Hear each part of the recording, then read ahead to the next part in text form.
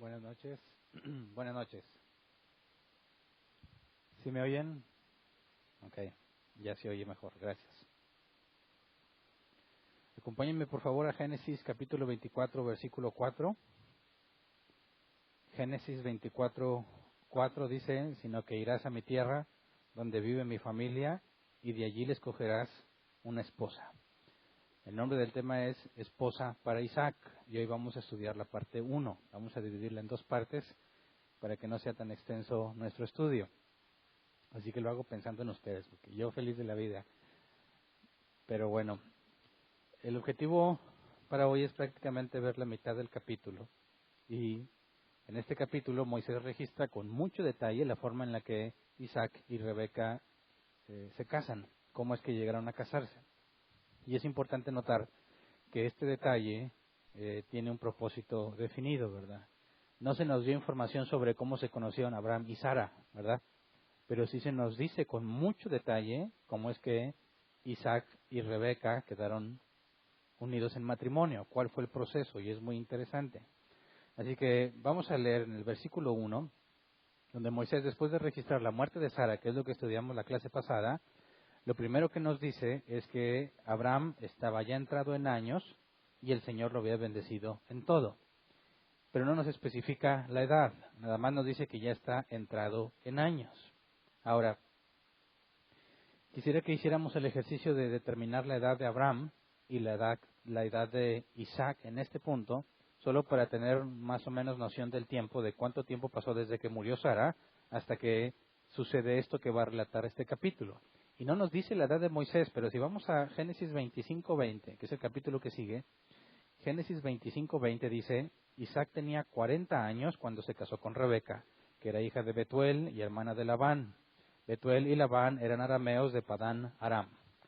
Y se acuerdan que en la clase pasada hicimos un organigrama, ¿no?, del árbol biológico y vimos cómo todos estaban relacionados en esta historia y cómo Rebeca era de la misma familia de Abraham. Entonces nos dice que tenía 40 años cuando se casó con Rebeca, y es en este capítulo donde se narra cómo se casaron.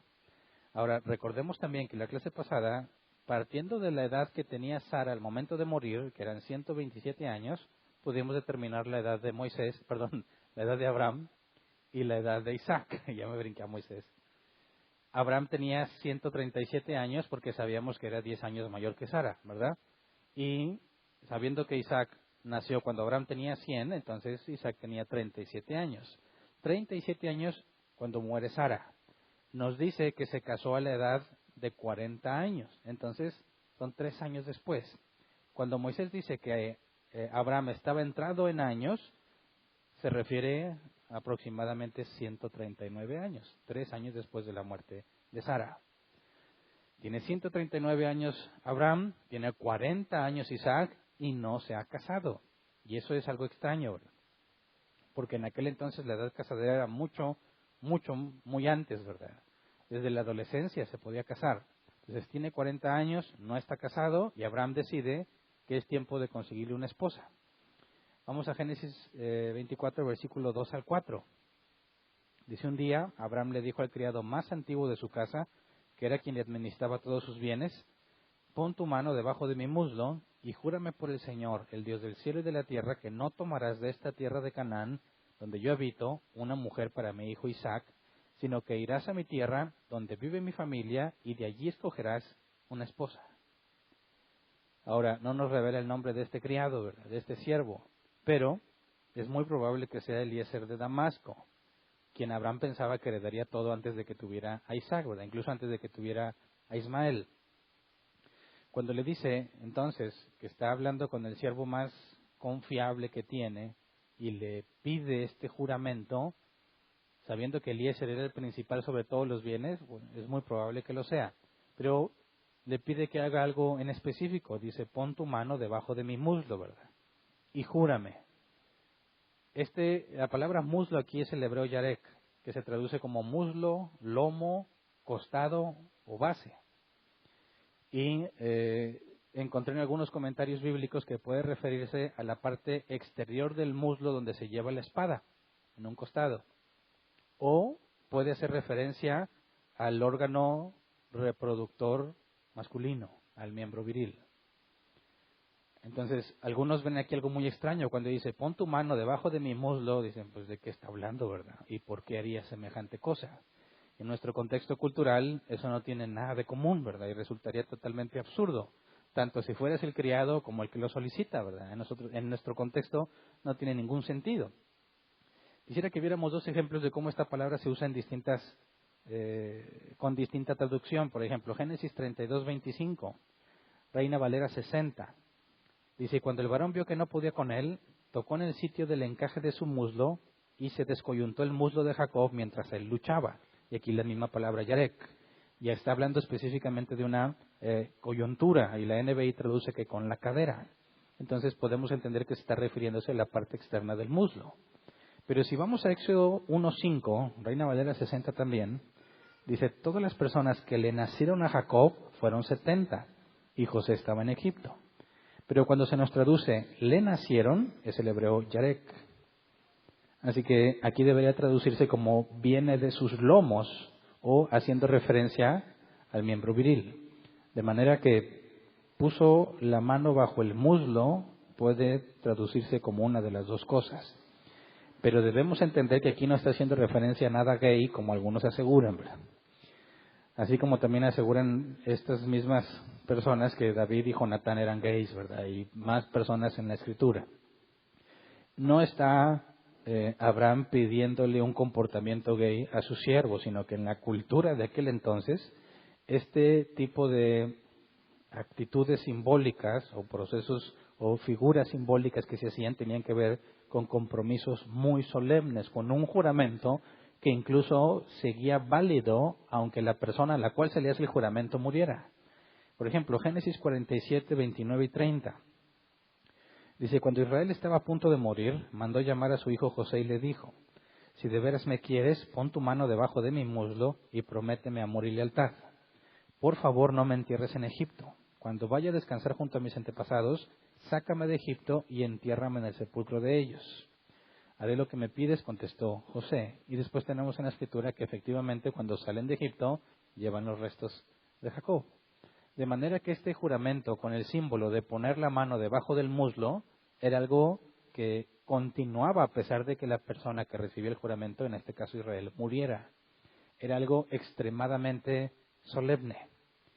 Y de hecho no resultaría tan extraño cuando vemos, por ejemplo, en las cortes, no en todos los países, pero en una corte judicial, cuando un testigo va a dar su testimonio, por ejemplo, tú lo puedes ver en las películas americanas, ponen su mano sobre la Biblia, ¿verdad? Y juran, asumiendo que para el que va a testiguar, la Biblia es algo sumamente sagrado.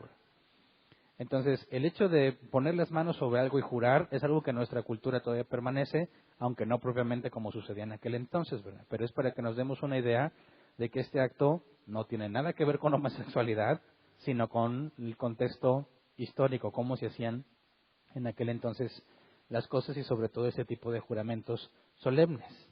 Entonces, fíjate que Abraham no decide él conseguir esposa para su hijo como se acostumbraba. Seguramente él ya veía cerca su muerte, aunque vamos a ver que todavía le faltaban como 40 años para morir, pero Abraham no sabe.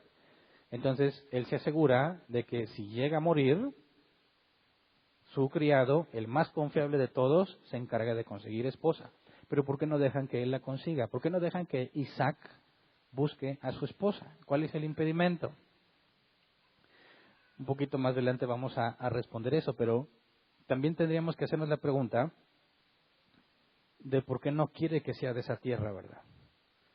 Júrame que no se va a casar con alguien de aquí, sino que va a ir a la tierra de mi familia. ¿Por qué no quiere a nadie de allí? Hasta donde hemos leído tenemos algunas cosas ciertas, ¿verdad? Los cananitas son idólatras. No sirven al único Dios. De manera que si Isaac se casara con una idólatra, corre el peligro de apartarse de los caminos del Señor, ¿verdad? Pero hay otra cosa que debemos recordar, que habíamos leído ya hace tiempo, que los cananitas descienden ¿de quién? De Cam. Obviamente de Canaán, ¿verdad? Pero Canaán era hijo de Cam. ¿Y se acuerdan a quién maldijo Noé? Maldijo a Canaán por lo que Cam hizo. Y de los 3 hijos de Noé, Sem, Cam y Jafet, Cam fue maldecido y su descendencia, los cananitas, están bajo maldición. Sem se hablaba de que sería prosperado y bendecido por Dios. Y se acuerdan que habíamos dicho, el Mesías vendría de Sem, ¿verdad? Abraham es descendiente de Sem. Así que, además de que los cananitas, las mujeres, son idólatras, Abraham no quiere que Isaac se case con alguien de quien claramente Dios dijo no iba a venir el Mesías. ¿Se acuerdan que cuando analizamos el sacrificio de Isaac o la prueba que Dios le puso a Abraham, Jesús dijo que Abraham había visto su día y se había gozado, ¿verdad? Y escudriñamos a qué se refería. Y cuando Abraham se dio cuenta de que Dios se proveyó un sustituto, en lugar de matar a Isaac, Dios proveyó un sustituto, Abraham entendió que el descendiente prometido desde Génesis 3, desde que Abraham y Eva recibieron maldición por su decisión, se prometió que un descendiente de Eva le aplastaría la cabeza a serpiente. Hemos estado arrastrando la línea de donde venía, ¿verdad? Sabemos que Dios le dijo a Abraham que uno de sus descendientes sería, y en lo último que pasó, en la prueba, entendió que el descendiente iba a ser sustituto. De manera que si tú analizas eso, no tendría sentido que Isaac se casara con alguien que recibió maldición de Dios. No puede ser, porque el descendiente vendría de Sem. Así que Abraham le está pidiendo a su criado que le busque una mujer que desciende de Sem, no una cananita. ¿Me explico? Fíjate cómo Abraham está tratando de hacer la voluntad de Dios en base a lo que Dios le ha revelado. Fíjate cómo empieza a tomar decisiones. Él siente que se va a morir, ¿verdad? Que le queda poco tiempo. No sabe cuánto tiempo tomará encontrar esposa para Isaac. Sabe que Isaac se debe de casar porque la promesa ahora recae sobre Isaac, ¿verdad? Un descendiente de Isaac es el Mesías. Así que busca que la esposa de Isaac también sea descendiente de Sem, de quien Dios habló bendición. ¿Me explico? No es necesariamente que sea racista, que no le gustan las de ahí, ¿verdad? No se está refiriendo a aspectos físicos. Porque, si te fijas, no le está pidiendo al criado ningún requisito físico. Lo que le está diciendo es que no sea de Canaán, ¿verdad? Y luego, Génesis 24, 5 al 6. El criado le pregunta, ¿qué pasa si encuentro una pero no quiere venir conmigo? Dice, ¿qué pasa si la mujer no está dispuesta a venir conmigo a esta tierra? Respondió el criado. ¿Debo entonces llevar a su hijo hasta la tierra de donde usted vino? De ninguna manera debes llevar a mi hijo hasta allá, le replicó Abraham. Ahora aquí Abraham pone otro requisito, ¿verdad? La mujer tiene que ser de allá de la tierra de Abraham, descendiente de Sem. Y aparte tiene que estar dispuesta a cambiar de residencia. Si dice, sí me caso, pero aquí me quedo, no sirve. La muchacha tiene que decir, me caso, aunque su futuro esposo no va a ir por ella. Y aparte, me voy a donde vive este susodicho con el que me voy a casar, que ni siquiera ha visto ni conoce.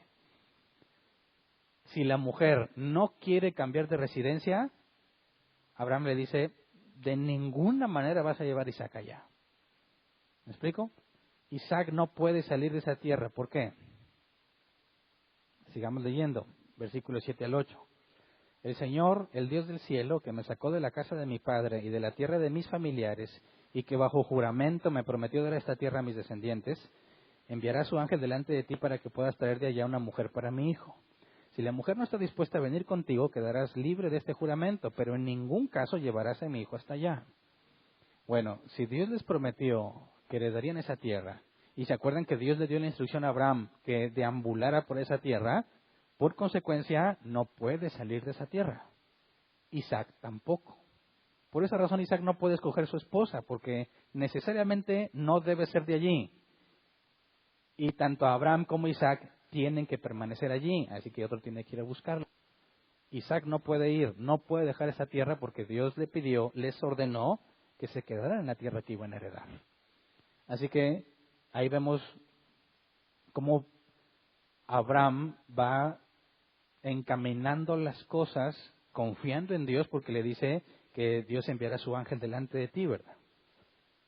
Abraham está confiando en que su manera de entender las cosas y sacar conclusiones, partiendo de lo que Dios ya le ha revelado, el esfuerzo que hace por apegarse a lo que Dios le ha mostrado, como Dios se lo ha mostrado, dice, Dios te guiará. Confiemos. Si tú estás haciendo hasta donde entiendes las cosas que Dios ha revelado o estás decidiendo en base a lo que Dios te ha mostrado, Dios es fiel, Dios te va a mostrar qué hacer. Fíjate bien que es una actitud muy distinta que cuando Sara le pidió que se llegara a Agar, ¿verdad? Abraham ya no está buscando una forma humana de hacerlo. Abraham está diciendo, en base a lo que Dios ha revelado, hay que conseguir la esposa. Él no puede salir para allá porque Dios me dijo que me quedara aquí. La mujer no puede ser de aquí porque aquí todas están bajo maldición. Tiene que ser un descendiente de Sem. Hasta allí, confía en que Dios te va a guiar. No hay más información de parte de Dios. Pero fíjate cómo está decidiendo en base a lo revelado. Eso es muy importante que los cristianos lo entendamos. Porque nosotros debemos tomar decisiones exactamente así. Partiendo de lo que Dios ya reveló, no de lo que a ti te parece mejor. Y donde Dios no reveló nada, no queda más que confiar en que Él te va a guiar. Así que yo entiendo que Abraham confíe, pero el criado confía en Dios. Le delegarías esa decisión tan importante, la esposa de Isaac, quien recibirá la herencia hasta donde él sabe, de donde viene el Mesías. ¿Dejas que una persona lo escoja y no tú mismo? Si tú fueras Isaac, ¿dejarías que fueran a escoger tu esposa? ¿Confiarías en el gusto y en el criterio del criado? ¿O no? No puede salir como quiera, ¿verdad? Y cuando el criado le dice, ¿y si lo llevo ya para que él busque? No se puede. Así que no hay de otra, ¿verdad? Abraham tiene que confiar en que Dios guiará a su siervo, a su criado, y también el criado tiene que confiar que Dios le va a mostrar, ¿verdad? Pero dice, si la mujer no quiere venir, entonces estás libre de tu juramento. ¿Por qué? Abraham no está seguro que realmente la mujer es de allí entonces, ¿verdad? Abraham no está seguro que la mujer para Isaac realmente es de ahí, porque contempla la posibilidad. Si la mujer no quiere venir, entonces estás libre de tu juramento, hiciste lo humanamente posible. Eso indicaría que el plan de Dios no incluye a una mujer de ahí, ¿verdad? Quizás de otra parte, quizás descendiente de Jafet, que tampoco tiene maldición, también se le profetizó bendición, no igual que los descendientes de Sem, ¿verdad? Pero también compartiría la bendición con los descendientes de Sem. Así que notemos que Abraham no tiene certeza y él está tomando un rumbo conforme a lo que Dios ha mostrado. Sabe que su conocimiento está limitado porque Dios no ha mostrado todo. En donde Dios no ha mostrado qué hacer, confía en que Dios los guiará, ¿verdad? Luego, versículo 9 y 10, el criado acepta el juramento, hace el juramento y parte hacia la ciudad de Nahor. Dice, el criado puso la mano debajo del muslo de Abraham, su amo, y le juró que cumpliría con su encargo. Luego tomó 10 camellos de su amo y toda clase de regalos y partió hacia la ciudad de Nahor en Aram Naharayim. Ahora, los camellos son para el transporte, ¿verdad? Lleva 10, más adelante se nos va a decir que no va el criado solo, sino que lleva también otros sirvientes.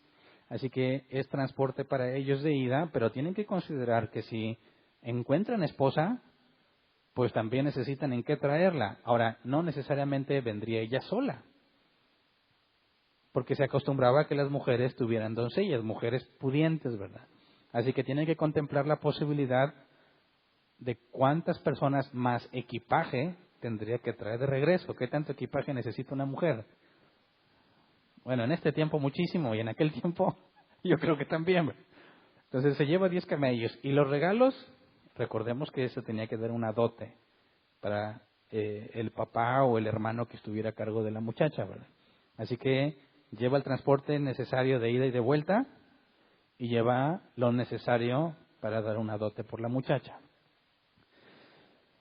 Entonces, hasta aquí notemos. ¿Alguien le preguntó a Isaac cómo le gusta? Oye, le preguntó el criado, dijo, oye, pues a ver, échame un tip como chaparrita, alta, morenita, ojos de color, robustita, menudita, delgadita, ¿qué? No le preguntaron nada, ¿verdad? Nada. En aquel entonces no era eso tan importante. Claro que sí tenía factor, porque cuando había una mujer hermosa, podían pelear con ella, pelear por ella en cuanto a la dote que entregaban, ¿verdad? Mientras más dote entregaban, mejores candidatos eran. Así que si había una mujer hermosa, normalmente sería común encontrar pretendientes ofreciendo dotes a su máxima capacidad para quedarse con la muchacha. Pero no le preguntaron ninguna característica física a Isaac. No está registrado en absolutamente, o sea, en nada está la parte física considerada. Y se va a tener que casar con la que traiga este criado. Entonces yo no sé con cómo se quedaría Isaac, ¿verdad? Que sabe que ya se fueron y que cuando venga va a traer a su esposa y se va a casar. Lo único que queda es confiar en que Dios va a guiarlos. Esa es otra parte muy importante. Si el plan es de Dios, entonces ya está determinado, ¿verdad? Nuestra tarea, o sea, si tú fueras el criado, o si fueras Isaac, o incluso Abraham, tu tarea no es saber, no es que la escojas y decidas quién, sino determinar si es la que Dios ha dicho. Y eso cambia totalmente las cosas, ¿verdad? Una cosa es que yo tome la decisión y otra cosa es que determine si esa es la decisión de Dios. Y son cosas totalmente distintas. Son cosas contrarias, de hecho. Algunos deciden ellos mismos y le atinan, ¿verdad? Pero ¿estás dispuesto a confiar en tu propio criterio? Digo, conociendo lo que Abraham ya sabe de Dios y ya lo ha conocido como alguien que controla todo, sabe que la decisión no corresponde ni al criado, ni a Abraham, ni a Isaac. La decisión ya la tomó Dios desde antes de la fundación del mundo. Así que la tarea es simplemente encontrar quién es. No elegirla, sino determinar quién es. Entonces, Génesis 24, 11 al 14. El criado parte hacia Nahor, la tierra de la familia de Abraham. Dice, al llegar ahí, ¿verdad? Allí hizo que los camellos se arrodillaran junto al pozo de agua que estaba en las afueras de la ciudad. Caía la tarde, que es cuando las mujeres salen a buscar agua. Entonces comenzó a orar. Señor, Dios de mi amo Abraham, te ruego que hoy me vaya bien y que demuestres el amor que le tienes a mi amo. Aquí me tienes, a la espera junto a la fuente, mientras las jóvenes de esta ciudad vienen a sacar agua. Permite que la joven a quien le diga, por favor, baje usted su cántaro para que tome yo un poco de agua, y que me conteste, tome usted y además le daré agua a sus camellos, sea la que tú has elegido para tu siervo Isaac. Así estaré seguro de que tú has demostrado el amor que le tienes a mi amo. Con la oración de este criado podemos entender una cosa, que él entiende perfectamente lo que Dios había dicho, lo que Dios le había dicho a Abraham cuando dijo, bendeciré a los que te bendijeren y maldeciré a los que te maldigan, que en el original es a los que te desprecien. La petición no lo hace a nombre propio, sino basado en lo que Dios le ha prometido a Abraham y por consecuencia a Isaac. Así que él no le está diciendo, dime y yo quedo bien. No, Dios, en base a lo que tú has decidido para ellos, por el amor que tú les tienes a ellos, a Abraham y a Isaac, muéstrame cuál es la chica y pone una señal, ¿verdad? Primero, se posiciona en un lugar donde las muchachas van, ¿verdad? Como escuché alguna vez en una película mexicana que dicen, yo no le pido a Dios que me dé, sino que me ponga donde hay. Y yo me acuerdo que en mis tiempos de soltero, yo decía, sí, pues a mí nomás pónganme donde hay, ¿verdad? Ya yo me las arreglo y después entendí que eso no funciona. No desde la perspectiva bíblica. Porque ¿quién en su sano juicio quiere tomar la decisión por sí mismo en lugar de determinar qué es lo que Dios quiere? Eso es crucial que se entienda. Serías un total loco si dices, Dios, yo quiero escoger. ¡Qué absurdo! ¿Por qué querrías escoger tú? Que estás tan limitado que no puedes ver más que lo que tus ojos ven y a veces es falso, ¿verdad? Me acuerdo que hacíamos bromas y decían, en la primera cita, invítale a una alberca para que todo lo que traiga de pintura falsa se le caiga, ¿verdad? Porque alguna vez entre paseos de jóvenes que hacíamos, nos tocó ver a una de las muchachas que se metió a la alberca y salió sin cejas y sin nada y todos nos asustamos. Fue impactante. Decimos, aquí hay una fuerte lección, ¿verdad? Una lección importante. Ni siquiera puedes confiar en lo que tus ojos ven, ¿verdad? ¿Cómo entonces pretendes escoger a la que será tu mujer por el resto de tu vida? Sería absurdo que tú la quieras escoger. Sin embargo, es muy común ver que los cristianos quieren escoger. permite que la joven a quien le diga, dice este criado, fíjate bien, él está ahí en un lugar público, es una fuente pública, es un pozo de agua donde acuden las muchachas, normalmente eran las doncellas. O sea, ahí se juntan, ¿verdad? Iban, tomaban agua en un cántaro y se la llevaban a su casa. Llega ahí y se espera a la hora en que tienen que empezar a llegar todas. Y dice, permite que la joven a quien le diga, eso implica que tiene en mente que quizás lo va a hacer varias veces, ¿verdad? Porque dice, si yo le digo esto a una joven y la joven hace esto, entonces es señal. Pero no dijo cuál joven, ¿verdad? Como sabe que todas van a llegar ahí, me parece que él tiene en mente pues que le va a preguntar a varias, ¿verdad? Hasta que se cumpla lo que él espera, ¿verdad? Y luego dice, y que me conteste, tome usted y además les daré agua a sus camellos. ¿Por qué esa señal? O sea, dice, yo me voy a acercar a la joven y le voy a decir, dame agua. O sea, iba a esperar, como es una especie de pozo muy amplio, la escritura habla de descender y subir. O sea, no era como una noria la que conocemos nosotros donde avientas una tina, ¿no? Era un lugar muy concurrido donde se reunía mucha gente, así que era un lugar donde tenías que descender hasta donde está el agua. Entonces la muchacha descendía con el cántaro vacío y subía con el cántaro lleno. Y él iba a decir, bueno, cuando ya viene subiendo, cuando ya se va a ir a su casa, entonces le va a decir, dame un poco de agua. Eso implica que si le da un poco de agua, la muchacha va a tener que volver a bajar. ¿Me explico? Y luego dice, si acepta. Y luego dice, ok, no nada más a usted, sino también le doy a tus camellos, que son 10. ¿Qué está esperando o por qué pone este tipo de señal? ¿Qué espera encontrar? Fíjate bien, ya entendimos por qué tenía que ser de ese lugar, ¿verdad? Y el probable razonamiento de Abraham para poder usar lo que Dios le ha mostrado y tomar una decisión limitada. Confía en que Dios va a mostrar el resto. El criado conoce que Dios ha bendecido a Abraham, ¿verdad? El criado no se refiere a Dios como su Dios, sino como el Dios de Abraham. Y puesto que Abraham le dijo que él confiara en que Dios le va a mostrar, a él sí le ocurre encontrar una forma particular en la que Dios pueda mostrar quién es. Y cuando pide esto en específico, tendríamos que analizar por qué, qué implica darle de beber a él y a los camellos. Y se puede hacer un ejercicio simple. Si investigas un poco sobre los camellos, resulta que un camello puede aguantar hasta 10 días sin tomar agua, por la reserva que tiene de agua. Y un camello puede tomar hasta 100 litros de una sola vez. El cántaro que las doncellas cargaban era de aproximadamente 10 litros de capacidad. Así que podemos ahí hacer cálculos, ¿verdad?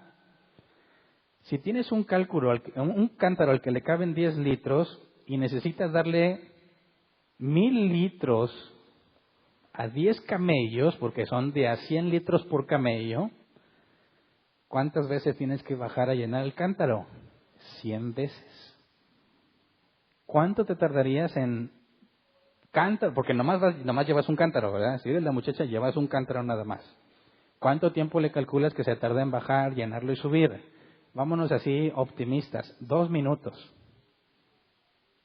100 veces, 3.3 horas. Bajando, cargando el cántaro y subiendo, vaciarlo. Así hasta que todos los camellos, que son 10, se hayan saciado.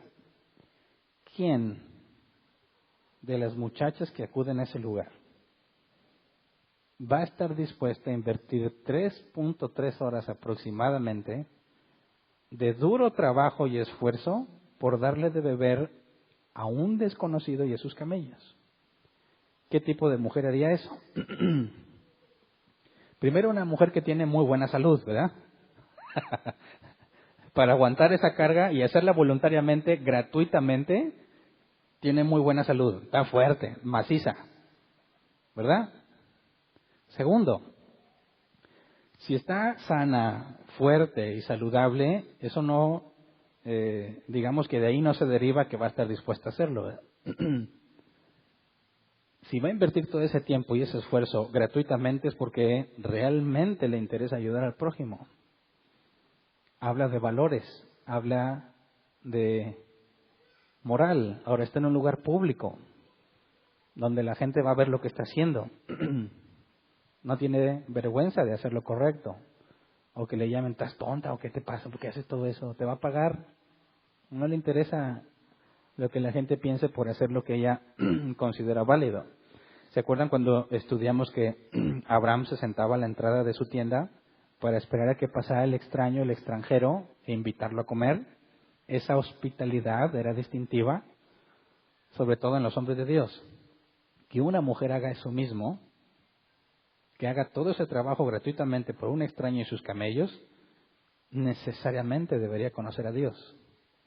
Así que no es una señal arbitraria, ¿verdad? O sea, no es de que, a ver, Dios, si pongo mi mano y pasa una hormiga y se regresa y luego baja por el dedo índice, es porque es tu voluntad. Cosas sin sentido que a veces se nos ocurren pedir, ¿verdad? No, esto es algo que demostraría el carácter de la muchacha. Así que tiene buen razonamiento el criado, ¿no crees? Llega un punto en donde dice, tengo que encontrar una mujer que haya sido la elegida por Dios para estar con Isaac. Isaac y Abraham sirven a Dios. Lo ideal es que la muchacha con la que se va a casar es que también sirva a Dios. Y esta es una manera de detectarla. ¿Verdad? Versículo 15 al 17. Aún no había terminado de orar cuando vio que se acercaba Rebeca, con su cántaro al hombro. Rebeca era hija de Betuel, que a su vez era hijo de Milca y Nahor, el hermano de Abraham.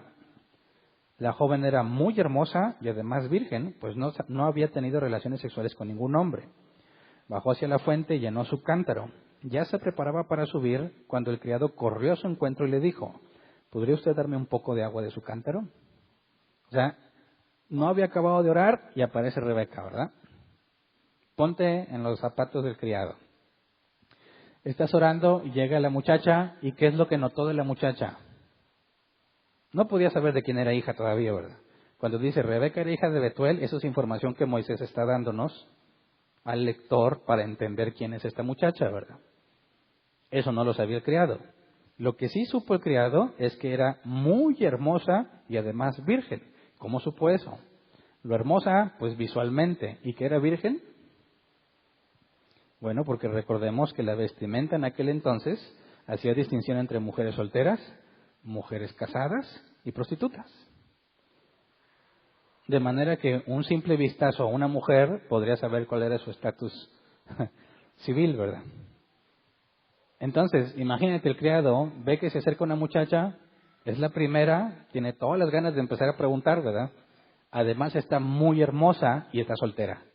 Dice, no, pues mira, el sapo para la pedrada, ¿verdad? Se está poniendo a modo, quizás esta pudiera ser. Se espera que baje, porque acuérdate que le iba a preguntar hasta que ya había subido, ¿verdad? Ya cuando sube, ¿podría usted darme un poco de agua de su cántaro? Momento crucial, ¿verdad? Versículo 18 al 21. Respuesta de Rebeca. Sírvase, mi señor, le respondió. Y enseguida bajó el cántaro y sosteniéndolo entre sus manos le dio de beber. Fíjate el detalle. No le dijo, ahí está, ¿verdad? No, ella le detiene con sus manos el cántaro para que él beba. Cuando ya el criado había bebido, o sea que le tuvo que dar varios tragos de perdido, ella le dijo, voy también a sacar agua para que sus camellos beban todo lo que quieran. O sea, estaba dispuesta a invertir todo el tiempo y el esfuerzo en que los camellos beban hasta saciarse. Por eso yo hice mi cálculo con la capacidad máxima de un camello. Versículo 20. De inmediato vació su cántaro en el bebedero y volvió corriendo al pozo para buscar más agua, repitiendo la acción hasta que hubo suficiente agua para todos los camellos. Le invirtió todo ese tiempo. Versículo 21. Mientras tanto, el criado de Abraham la observaba en silencio para ver si el Señor había coronado su viaje con éxito. Imagínate el criado, ¿verdad? ¿Cómo te sentirías cuando ves que todo está saliendo a la perfección. Ahora, no se ofreció a ayudarla, ¿eh? Él está viendo, ¿eh? Baja, sube. Y según mi cálculo, ¿cuánto tiempo estuvo viendo? Dice, ¿por qué no le ayudas? Ya seguramente se cumplió la señal. No, porque ¿qué tal si dice a la mitad? No, pues ya hasta ahí. Y diga que le fue bien, ¿verdad? No, tenía que ver si la muchacha acababa con toda la tarea. Por eso dice que la observaba para ver si el Señor había corroborado su viaje con éxito. Ahora, hasta ahí se cumplía la señal, ¿verdad? Si terminaba de darle agua a los camellos, se cumplía la señal, pero faltaba una sola cosa, asegurarse que esa mujer es de esa tierra, que es lo que Abraham le pidió. Versículo 22 al 25. Cuando los camellos terminaron de beber, el criado tomó un anillo de oro que pesaba 6 gramos y se lo puso a la joven en la nariz. También le colocó en los brazos 2 pulseras de oro que pesaban más de 100 gramos y le preguntó, ¿podría usted decirme de quién es hija y si habrá lugar en la casa de su padre para hospedarnos? Esta pregunta es con intención de que me diga información de quién desciende, ¿verdad? Porque eso era importante para Abraham. Versículo 24, soy hija de Betuel, el hijo de Milca y Nahor, respondió ella. A lo que agregó, no solo tenemos lugar para ustedes, sino que también tenemos paja y forraje en abundancia para los camellos. Así que también la familia tiene buena hospitalidad. Síntoma de que seguramente conocen a Dios. Y en ese punto ya no hay más duda, ¿verdad? ¿Te imaginas la felicidad de, si tú fueras el siervo, a la primera, no habías acabado de orar, se te ocurrió una señal y Dios te la cumplió? ¡Qué felicidad! Versículo 26 y 27. Dice, entonces el criado de Abraham se arrodilló y adoró al Señor con estas palabras. Ahora esto lo está haciendo enfrente de Rebeca, ¿verdad? A Rebeca le pone el arete en la nariz, así se usaba en aquel entonces. Las pulseras de oro. Eso claramente puede ser por gratitud a su esfuerzo. Pero luego ella ve que se arrodilla y dice, bendito sea el Señor, el Dios de mi amo Abraham, que no ha dejado de manifestarle su amor y fidelidad, y que a mí me ha guiado a la casa de sus parientes. Rebeca no entiende qué está pasando, ¿verdad? No sé si por el nombre de Abraham haya relacionado que es familiar de ella. Pero este hombre está sumamente agradecido, totalmente agradecido. No le costó mucho esfuerzo. Dios le mostró de inmediato y además nadie se va a quejar cuando él llegue con la muchacha allá. ¿Por qué? Porque es muy hermosa. Isaac se va a poner feliz. Todo está de maravilla. Y la pregunta es, ¿podemos nosotros pedir señales así o no? ¿Qué opinas? Sobre todo para los solteros. ¿Se podrá o no se puede?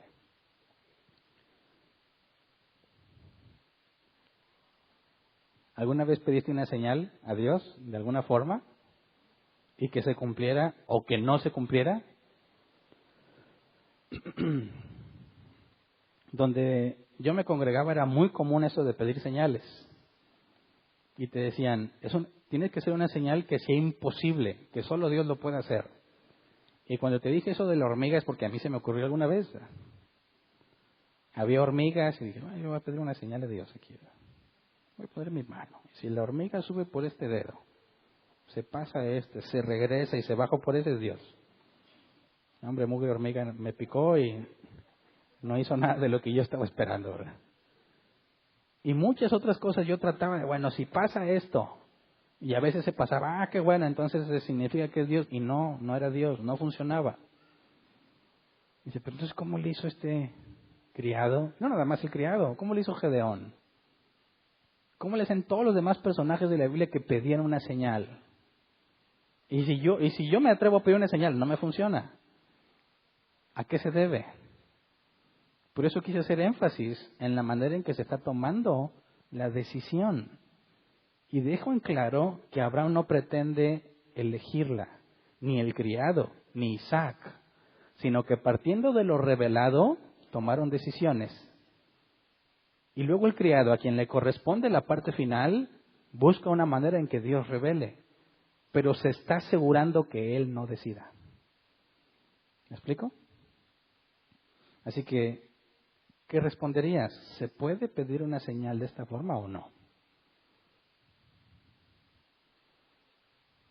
Sí, solo si estás en una situación similar. No sé si alguna vez te ha pasado. Muchas cosas, muchísimas cosas de la vida cotidiana están claramente expresadas en la Escritura. Y no necesitas una señal, ¿verdad? No necesitas que Dios te revele lo que ya reveló. Por eso mi hormiga nunca hizo lo que yo esperaba. Porque lo que yo necesitaba saber ya estaba en la Biblia, pero yo no lo leía. No puedes tratar de adivinar la voluntad revelada de Dios con señales. Eso es absurdo. Tú tienes que consultar la Escritura para saber lo que haces. Y en la gran mayoría de los casos vas a encontrar información bíblica. Pero hay situaciones particulares en las que la Biblia no da información. Por ejemplo, tienes distintas oportunidades laborales. 2 o 3, y en las 3 vas a mejorar. Ninguna de las 3 tiene problemas con la Biblia, es decir, no voy a hacer nada indebido, no voy a hacer nada ilegal, no me afectan mis días de congregarme, no me afecta mi vida cristiana. Son 3 muy buenas oportunidades y las 3 me piden que vaya con ellos. Tú dices, bueno, pues ¿quién me paga más? Puedes tratar de empezar a hacer estimaciones, ¿verdad?, en cuál me queda más cerca. Pero llegamos al punto donde dices, al menos tienes 2. Las 2 están muy bien. ¿Cuál escoges? Ahora, si tú estás acostumbrado a hacer lo que tú quieres, eso no va a ser un problema para ti. Vas a decir esto y ya. Pero si tú quieres encontrarte haciendo lo que Dios quiere, ¿cómo le haces para tomar una decisión? Sabiendo que Dios tiene el control de todo y que Dios puede permitirme tropezar, te aseguré, Dios, ¿esto es tuyo? ¿Cuál de las 2 es tu voluntad? No me dejes decidir a mí, por favor. Ya ya busqué en la Biblia y no hay nada que me diga cuál de las 2, porque ninguna de las 2 tiene problema con la Escritura. ¿Cuál decido? ¿Mm?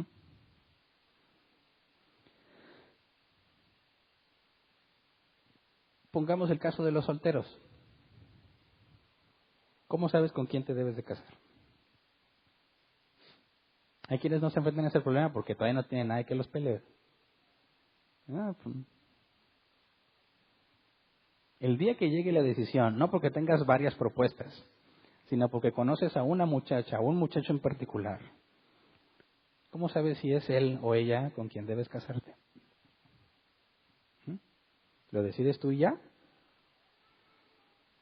Yo no te aconsejo que hagas eso. Porque el día que vengan los problemas vas a decir, ay, me equivoqué. Y no debí hacerlo.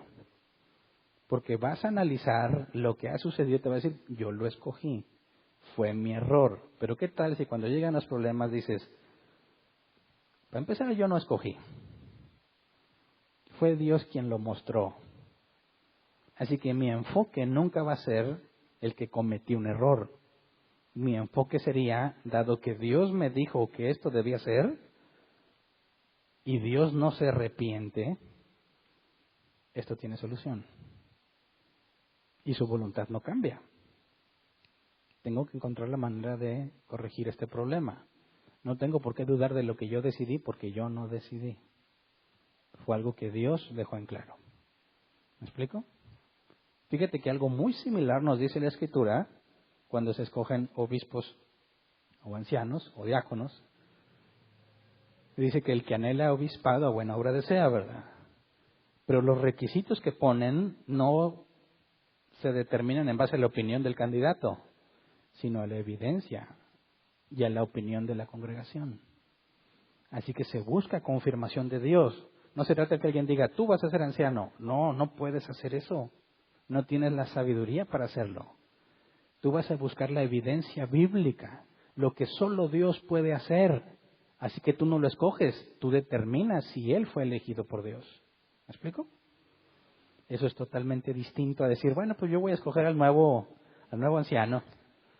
Tú, mi compadre, mi familiar, mi amigo querido. No. Dios ya lo eligió. tú tienes que determinar quién es ese que Dios eligió. Y para eso usas la evidencia bíblica, lo que la Biblia demanda. Y entonces dices, bueno, tú, aunque yo no crea que puedes, aunque quizás ni me caes bien, pero si la evidencia es clara, bíblicamente hablando, para contigo, no cabe duda que Dios te eligió. Y que vas a ser de bendición. Es lo mismo que está sucediendo aquí. El criado se está asegurando de que no tome él la decisión, sino que sea Dios quien muestre. Y es lo más sabio que puedes hacer. Es la manera en que te ahorras muchísimos problemas y muchísimas dudas en cuanto a lo que haces. Porque cuando te encuentres en un momento de debilidad, no vas a decirle, Señor, ya no quiero. No, espérame, pues ni siquiera aceptaste, Dios te mandó. Como cuando Jonás, ¿se acuerdan? Le dice Dios, ve a Nínive. ¿Y qué hizo Jonás? Lo opuesto. ¿Qué terminó haciendo Jonás? Lo que Dios le dijo. ¿Por qué? Porque no dependía de Jonás, sino de la voluntad de Dios. ¿Me explico? Y eso es lo que debería de pasar en los matrimonios, en los ministerios, en el trabajo que tienes y en muchísimas cosas donde no tienes la capacidad para determinar si la decisión que tomas es la correcta, porque no eres omnisciente. Así que sí, cuando te enfrentas en una situación donde estás limitado y ya tomaste el camino que pudiste haber tomado en base a lo revelado, porque aunque la Biblia no nos dice a veces literalmente en los versículos lo que debemos hacer, lo puedes deducir de lo que la Biblia dice. ¿Me explico? Pero hay puntos en los que no hay más que hacer. Necesitas asegurarte de que Dios te está llevando por el camino correcto, y a todos nos va a pasar más de una vez en la vida. Y mi consejo, siguiendo lo mismo que está aquí redactado, no te atrevas a tomar la decisión tú, aunque le atines. No te atrevas a tomar la decisión tú, deja que Dios te muestre. Y ese que Dios te muestre necesariamente va a implicar una señal. Pero no que una hormiga camine sobre tu mano, sino algo que indique que es de Dios, por lo que esperarías de parte de Dios, según su carácter. ¿Me explico? Yo no sé cómo te ha ido a ti, pero varias veces en mi vida Dios me ha contestado lo que le pedía. Y las señales que yo ponía al principio pues eran totalmente absurdas porque hay cosas reveladas en la Escritura. Pero el día que entendí esto, tenía poco caminando en el cristianismo. El día que comprendí lo que Dios hizo para con Isaac, me hizo quitarme un enorme peso de encima. Porque yo tenía la idea que me habían enseñado, porque esta conclusión yo la saqué en contra de lo que me enseñaban. A mí me enseñaban, tú tienes que ir y arrebatar lo que es tuyo. Imponer pies. Entonces siempre jugábamos, ya viste a la muchacha, sí, ya le impuse pies, que aquí lo que planta pisare. Jugábamos con eso, ¿verdad? Pero yo tenía una idea contraria y decía, no, yo no me atrevo a decidir. Yo voy a confiar en que si es Dios quien preparó pareja para mí, Él la va a mostrar. Y tomé una decisión y dije, basta. Jamás me voy a volver a preocupar de si me voy a casar o no, ni con quién. Dios dirá, porque eso ya está decidido por Él. Claro que no lo hacía con pleno entendimiento, o sea, porque ahí claramente estaba confiando en la soberanía de Dios, aunque no sabía qué era eso. Al mismo tiempo, yo declaraba cosas en otras áreas de la vida. Totalmente contradictorio decir, si Dios ya lo tiene definido, Él lo va a hacer. Pero en esa área en particular, Dios tuvo misericordia de mí. Y me dejó marcado en mi mente. Y yo todos los días oraba, aunque yo no conocía quién iba a ser mi esposa, todos los días oraba, Señor, si tú ya la tienes definida para mí, quién sabe dónde esté, quién sabe si sea cristiana, pero guárdala. Guárdala para mí, aunque no sé quién es. Y me hice un hábito, todos los días me ponía a orar por la que sería mi esposa, si es que Dios me daba esposa. Y un día la conocí en un camión, sin saber que sería mi esposa. no le había pedido yo ninguna señal a Dios, porque primero tienes que determinar en base a lo que se ha revelado. Si conoces, los que están solteros, puedes tener muchos amigos, ¿verdad? Y yo le había dicho a Dios, nada de novios, nada de que amigos especiales, no voy a tener novia hasta que Dios me diga con quién me voy a casar. Y cuando conocí a mi esposa, yo le he dicho varias veces, no me atraía para nada, ni yo le atraía a ella. Simplemente me caía bien. Y empezamos a platicar y platicábamos mucho de Biblia, cosa que con nadie hacía porque a mis tiempos o mis amigos a nadie le interesaba, pero ella me escuchaba, yo podía hablar a gusto y ella me escuchaba. Y cuando ella hablaba me enseñaba cosas que yo no sabía. Y nos reuníamos porque estamos en la misma universidad, aprovechábamos horas libres o después de acabar nuestras clases y nos sentábamos a hablar de la Biblia. Lo que yo había entendido, lo que ella entendía, lo que le habían enseñado, lo que me habían enseñado, en qué estábamos de acuerdo, en qué no. Y no nos pasaba por la mente que Dios hubiese planeado que nosotros estuviéramos juntos toda la vida. Hasta que empiezas a sentir cosas que van más allá de una amistad y empiezas a preocuparte porque yo no quiero sentir nada a menos que Dios me diga con quién me voy a casar. Yo no quiero, el día que conozca a mi mujer, yo decía, el día que Dios me dé esposa, yo no quiero decirle, yo estaba bien enamorado de esta y de esta otra y de esta, pero no era de Dios. No, solamente de la que Dios diga. Y bueno, un 7 de marzo del 98 le pedí una señal a Dios, después de estar conviviendo varios meses con Verónica, y de que yo ya me sentía atraído hacia ella, y que ella jamás me dio una sola señal que me hiciera pensar que sentía lo mismo que yo. Me trataba totalmente X. No había nada que un guiño de ojo, nada, absolutamente nada. Yo tuve que decirle a Dios, Dios, esto que siento no lo quiero si no es tuyo. Así que yo puse una cosa muy fácil. Yo ya he convivido varios meses con Vero. Yo le dije a Dios, si yo le pido que sea mi novia, yo sé que la voy a perder como amiga, a menos que ella sea la mujer que me has concedido. Así que yo le voy a pedir que sea mi novia, y si me dice que sí, es porque eres tú. Y si me dice que no, termino con esa amistad, porque me hace sentir cosas que no debo sentir. Y esa misma noche que le pedí, me contestó. Y no sabes la inmensa alegría que se siente cuando tu más grande deseo coincide con lo que Dios desea para ti. No sé si me explico. Cuando lo que tú realmente quieres que pase sea lo que Dios había definido que pasara para ti. Y Vero me dijo que sí. Claro que me le hizo de emoción mucho, ¿verdad? Porque le pregunté y se quedó callada bastante tiempo. Yo ya me estaba resignando, ¿verdad? Me dijo que sí. ¿Por qué te tardaste tanto? Bueno, porque ella al mismo tiempo le había dicho a Dios días antes, Dios, yo siento algo por Hernán, pero yo no quiero hacer nada si no es para mí. Si llega el 7 de marzo, sábado 7, y no me ha dicho nada, no me pide que sea su novia, significa que no es. Exactamente el mismo día que yo le pedí a Dios que me confirmara si ella era. Así que yo entiendo perfectamente la alegría que pudo haber sentido el siervo, el criado de Abraham. El pedirle algo a Dios que sabes que está fuera de tu control, que solo Él podría hacer, y que Dios te diga, sí, justo lo que tú le habías pedido, y que además yo enterarme que ella había pedido prácticamente lo mismo. Esa es la base, me parece me parece a mí, la base que debíamos seguir en todas las decisiones en las cuales no tenemos la información suficiente en la Escritura.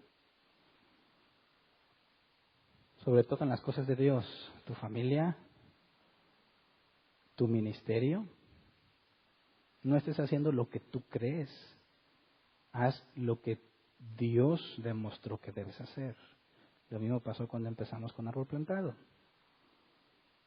Fue Dios quien lo mostró y henos aquí. Tanto en el matrimonio como en el ministerio vas a enfrentar días en los que no quieres seguir. La situación es difícil, pero saber que no fue tu idea, sino la de Dios, es algo que te mantiene siempre. Es algo que evita que vivas con culpabilidad errónea. Es algo que te hace seguir confiando y seguir adelante, porque cuando las cosas son de Dios y las cosas funcionan, sabes que no fuiste tú. Y es lo que dijo el siervo, el criado. Gracias, Señor, por el amor que le mostraste. Él sabe que no tiene nada que ver, que es un asunto entre Dios y el amor que le tiene a Abraham. Y tú en su lugar puedes decir, gracias, Dios, porque no soy yo, sino lo que tú has decidido para mí. ¿Sabes? Muchas veces no teníamos para pagar la renta en Árbol Plantado. Pues se va a cerrar. Bueno, pero si esto es Dios y si Dios realmente lo dijo, Él lo va a sostener. Y ya no sé aquí. Cuando hacíamos cambios importantes y la gente se iba diciendo que estábamos mal, decía, pues bueno, esto fue de Dios. Estamos haciendo lo que podemos deducir de la Escritura en base a lo que ha revelado. Lo demás queda en sus manos y ya no es aquí. Hay mucha sabiduría en lo que Abraham le pidió a su criado y lo que el criado le pide a Dios. Y quisiera que todos nos llevemos en la mente lo que haces. ¿Se te ocurrió a ti o Dios te lo mostró?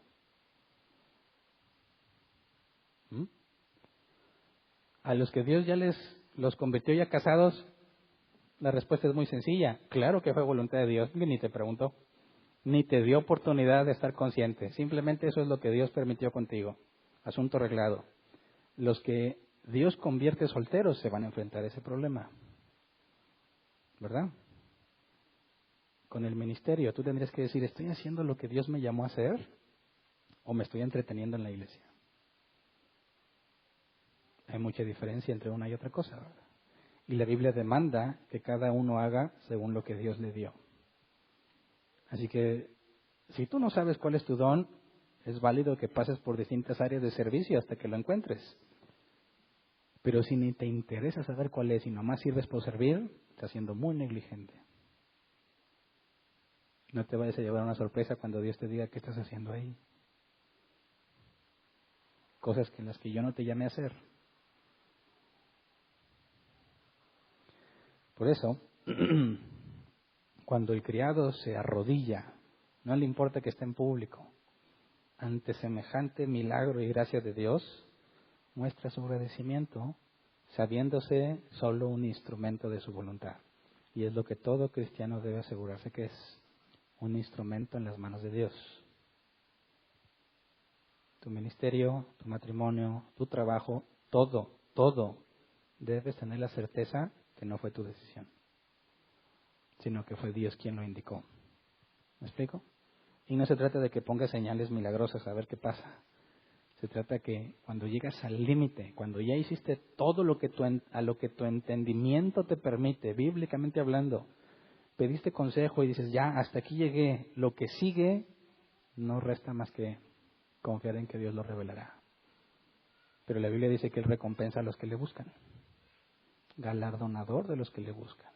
Y cuando tú te esfuerzas en decidir en base a lo que Dios ha revelado, Dios no te va a decepcionar, Él no te va a defraudar.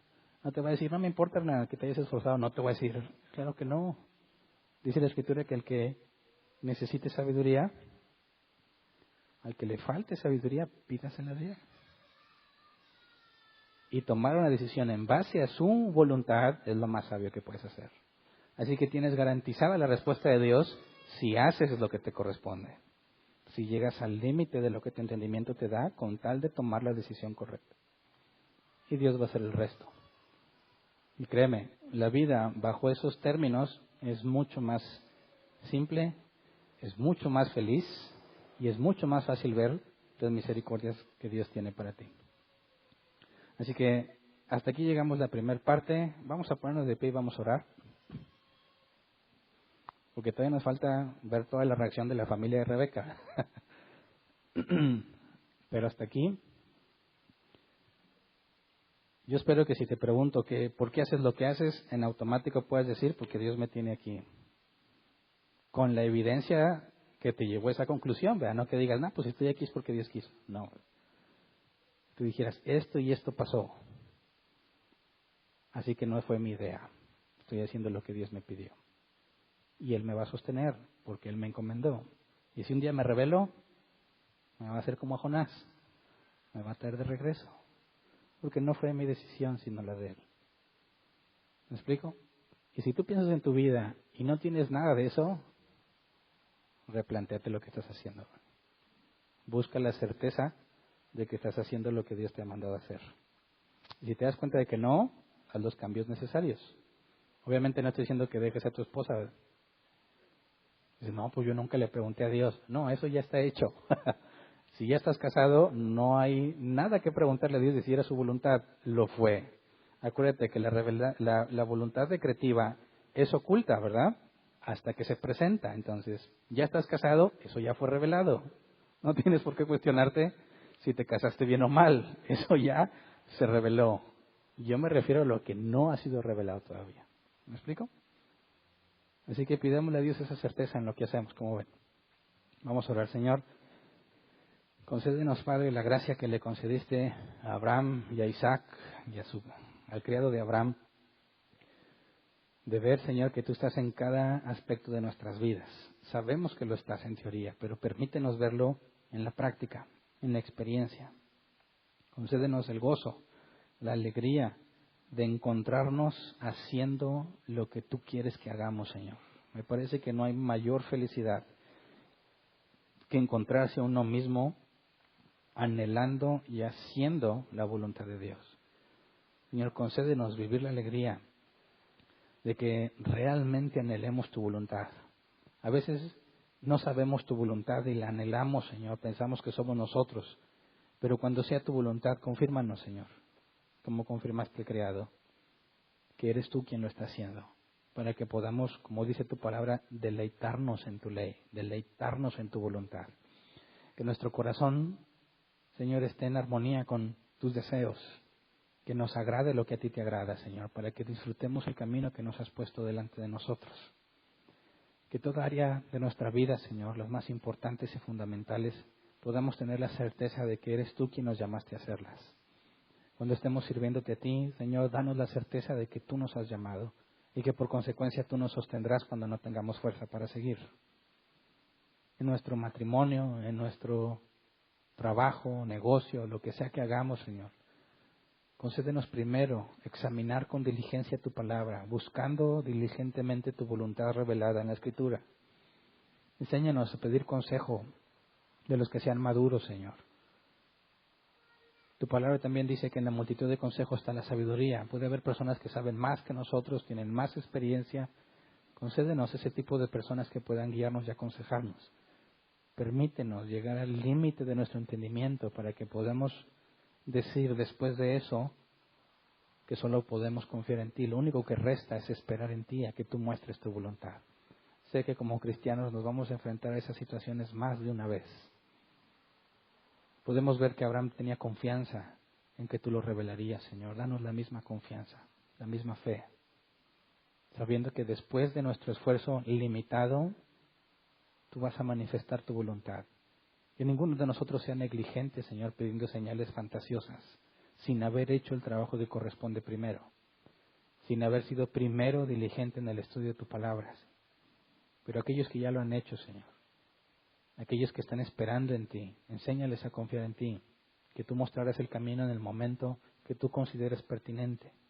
Mientras enséñanos a guardar, Señor, a guardar a que tú lo manifiestes, a aceptar que tú tienes el control y que sería necedad el tratar de tomar nosotros una decisión. Aún, Señor, que nuestros deseos estén en armonía con los tuyos, no nos dejes sin la evidencia de que estamos haciendo tu voluntad, para que podamos confiar, para que podamos aconsejar, para que quede claro, Señor, que nosotros no somos, que no son nuestras buenas decisiones o nuestras malas decisiones, sino que lo que pasa, como dice tu palabra, es lo que tú has puesto para nosotros para que obre para bien de acuerdo a tu propósito. Enséñanos a confiar en ti, para que cuando vengan los días malos, sepamos que no lo hicimos por decisión propia, sino porque era tu voluntad. Y así confiemos y esperemos y que nos permitas ver, Señor, cómo te manifiestas cuando tenemos incertidumbre. Concédenos, Padre, tener la confianza en que tú siempre, Señor, nos mostrarás el camino a seguir según tu voluntad, si hacemos lo que corresponde como hijos tuyos, si hacemos lo que corresponde en cuanto al estudio de tu palabra, Señor. Gracias porque nos has librado de muchas malas decisiones con lo que nos has permitido entender. Gracias porque confiamos que conforme más entendimiento nos des, nos vas a dar la congruencia para llevarlo a la práctica y a nuestras decisiones. Gracias por todo lo que nos has dado y lo que nos darás. Amén. Pueden sentarse. Pasemos a la sección de preguntas. 15 minutos para responder preguntas. Si queda tiempo, pasamos a las posibles preguntas que pueda haber de aquellos que nos acompañan en línea. Si tienes una pregunta, levanta tu mano y te llevan el micrófono. El tiempo empieza a contar a partir de la primera pregunta, ¿ok? ¿Alguien tiene una pregunta?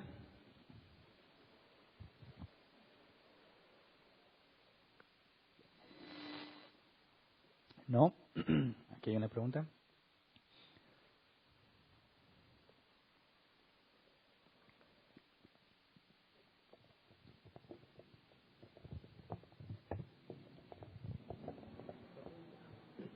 Sí, buenas noches. Buenas noches. Cuando tú tienes el deseo de que Dios te conceda o te conteste ante una petición o una necesidad que tienes y que conoces la Escritura y tomas la palabra como refuerzo, ¿no?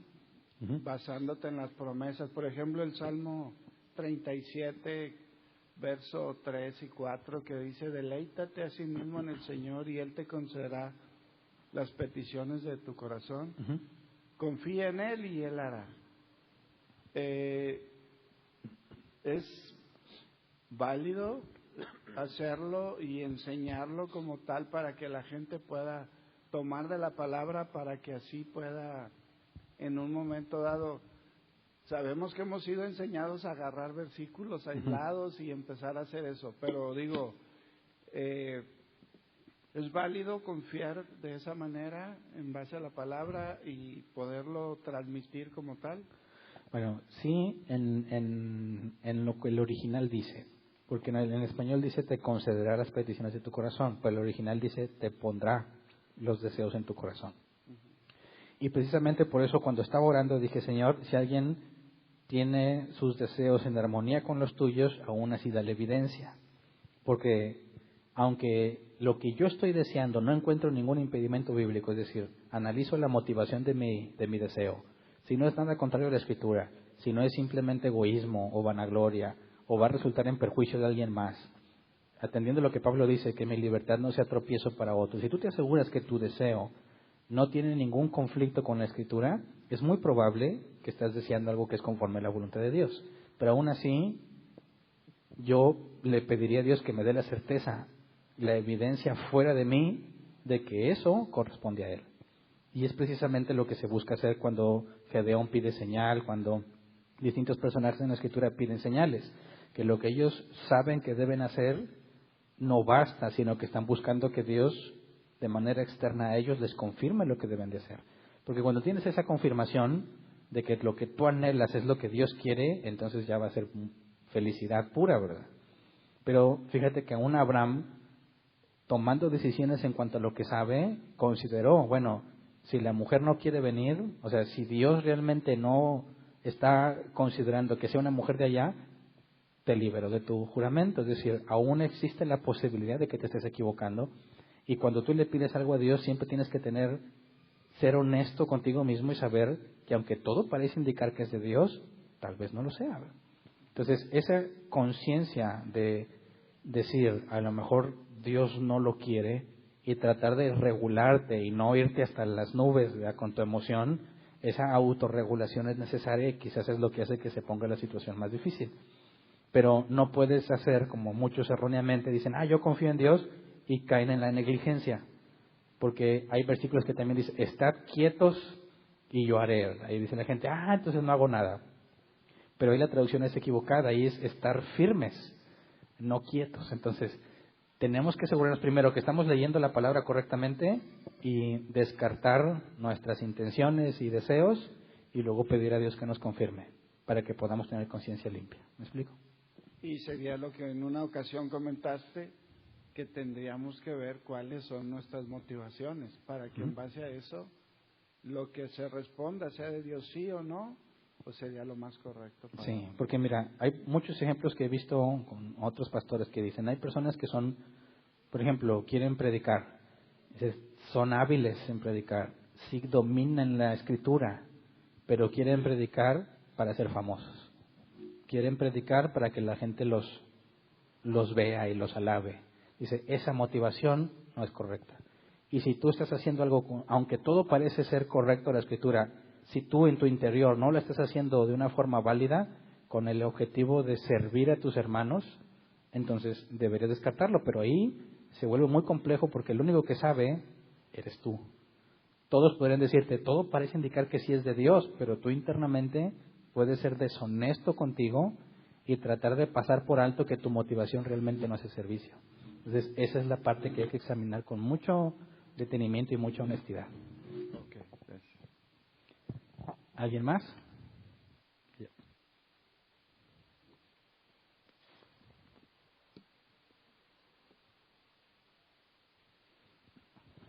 Hola, buenas noches. Buenas noches. Sí he escuchado, de hecho a un familia tengo que piden señales y todo eso. Yo recordé una cita, no me acuerdo cuál es, pero dice de que solo una generación perversa demanda señal. ¿Eso también puede aplicar en eso? Bueno, ahí el contexto es distinto, ¿verdad? Porque sabían que Jesús hacía milagros, estaba la evidencia de su poder y han decían, a ver, hazme un milagro aquí para creerte. Eso no es pedirle una confirmación a Dios o pedirle dirección. Eso es tratar de desafiar lo que Dios ha dicho. Entonces el contexto es totalmente distinto. Ahora, yo creo que las ocasiones en las que deberías pedir una señal en la vida del cristiano son mínimas. Debes hacer algo muy raro en decisiones realmente trascendentes, porque todo lo demás está cubierto en la Escritura, ¿verdad? Hay personas que quieren pedir señal por todo y eso es un error, eso es negligencia, eso es no querer estudiar, ¿verdad? Y querer el camino fácil. Que Dios me revele. No te va a revelar nada, porque ya lo reveló, ¿verdad? No te va a estar Dios malcriándote, dándote las cosas que Dios ha sujetado para aquellos que lo buscan. Entonces, bíblicamente es cierto que hay cosas que Dios va a mostrar hasta que tú haces la parte de ser diligente en el estudio de las Escrituras. Entonces, cuando alguien habla de las cosas que ha aprendido de Dios, bíblicamente hablando, no nada más es que Dios le quiso mostrar todo, sino que esa persona también tuvo que esforzarse por escudriñar la palabra. ¿Me explico? ¿Alguien más? ¿No? Bueno, ¿en línea? Buenas noches. Buenas noches. Sí, mira, Francia Londono pregunta, ¿necesariamente esa persona que va a ser su pareja tiene que ser igualmente cristiana? ¿Y cómo saber que viene de parte de Dios? Bueno, en ese tipo de cuestionamientos la voluntad ya fue revelada. La Escritura dice, no os unáis en yugo desigual. No tiene caso estarse preguntando, si tienes una relación con una persona que no es creyente o te sientes atraído hacia alguien que no es creyente, no tienes por qué pedirle una señal a Dios, porque Dios ya dijo, no os unáis en yugo desigual. Es decir, fácilmente eso es descartable. Las personas que aún así deciden establecer un yugo desigual, eso es rebeldía contra lo que Dios ha establecido. Entonces, cuando buscamos una relación de pareja, tendríamos que ver primero lo fundamental. Tiene que ser creyente, genuino. Y tendrías que ver los distintos roles.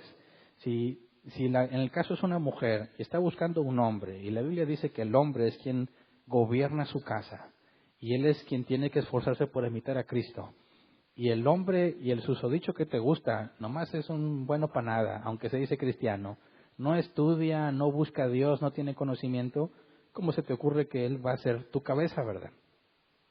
Solo alguien fuera de sus razonamientos sano estaría buscando decirles, mira, yo sé que tú no sabes nada, no lees, no buscas, pero yo me quiero sujetar a ti. Y dices, qué absurdo. Tienes que buscar honestamente, si eres una mujer, alguien que te aventaje, alguien que te va a guiar en base a las cosas de Dios, alguien con quien tú puedes decir, bueno, quizás no lo sabe todo, pero se basa en Dios para tomar decisiones. Entonces podrías empezar a preguntarte si es de Dios, no simplemente porque está guapo. Ay, que está bien guapo, y va a la iglesia, y algunos dicen, suficiente. No, esa es pura necesidad y concupiscencia, ¿verdad? No están realmente enamoradas, se aman a sí mismas. Dice, yo quiero tener este muñeco en mi casa siempre, porque se están buscando amar a sí mismas, ¿verdad? Por eso se requiere primero que haya una relación de amistad, ¿verdad? Que se conozcan, que no sea una mera atracción física, que puedan conocer su entendimiento, su búsqueda de Dios. Y si todo eso se cumple, entonces te preocupas por preguntarle a Dios. Pero si no tienes nada de eso, no, ¿verdad? No tendrías por qué andar pidiendo señales. Es todo. Muy bien, entonces eso es todo. ¿Hay avisos? Sí.